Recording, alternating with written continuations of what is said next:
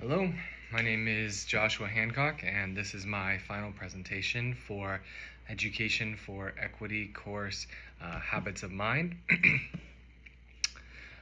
The 4 habits of mind that I'd like to expound upon tonight are persistence, empathy, self-control, and respect, in that order.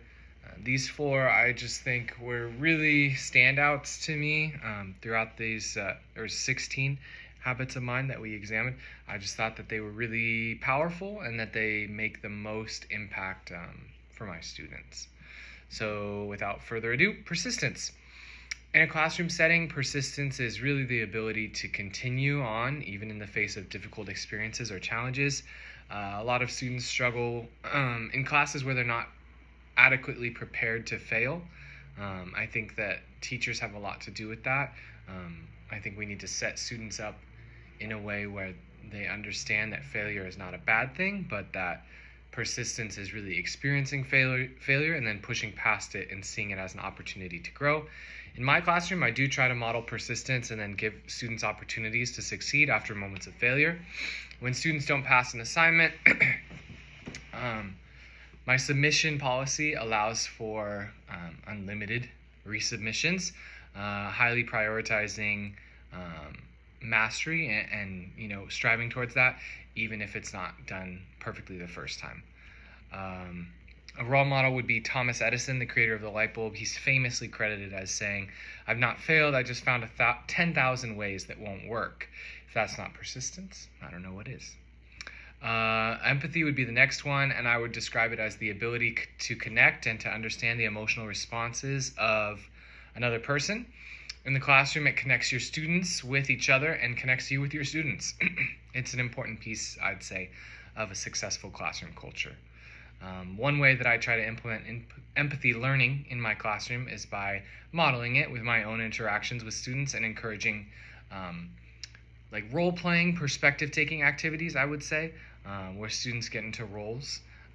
We do this through the different plays that we read and just other thought exercises, and this helps them conceptualize how another person might be feeling in different situations.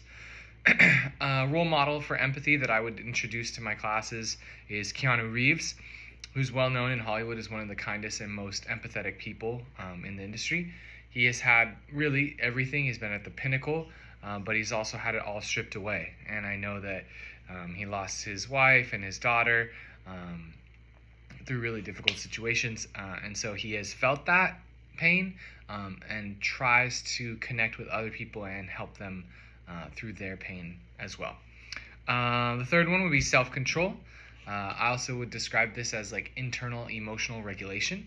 The ability to really respond to external stimuli and also internal stimuli with measured and consistent attitudes. It's really about mastering a person's emotional state, making sure you respond in calm, positive ways, even when outside things may seem chaotic. I think some of the important ways that we can teach this in the classroom are teaching students breathing methods, how to have conversations with themselves, inside, and then also teaching students emotional language. When students know how they're feeling and they are able to name that feeling, that emotion, they are much more likely to be able to respond and control that emotion in a healthy way. Role model, I would say, for self-control would be Jackie Robinson. He displayed incredible self-control when he joined the Brooklyn Dodgers, back then, and had to deal with racism and prejudice, and he was goaded and taunted, hit many times with pitches, and just really never stooped to the other people's levels and, let himself not uphold his own standards for moral excellence.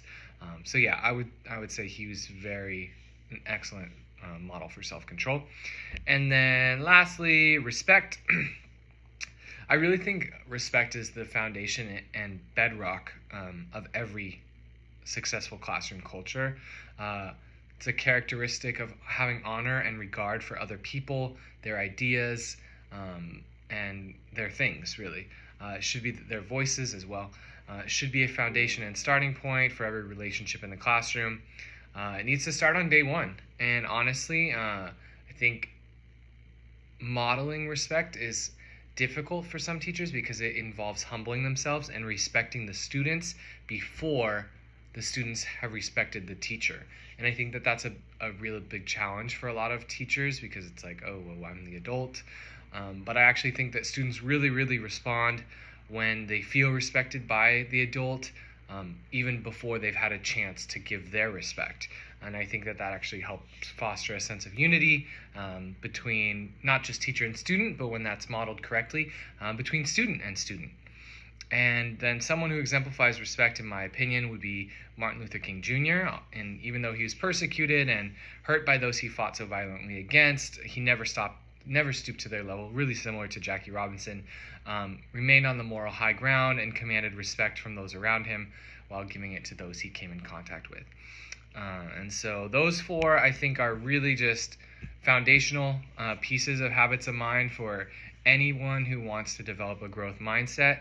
I plan to, implement a lot of learning for my students throughout the school year, and really encourage them to develop these habits of mind. And I just thought this was a great course, and I was really pleased about learning all these different habits of mind. So thanks again. This is Josh Hancock, and have a good night.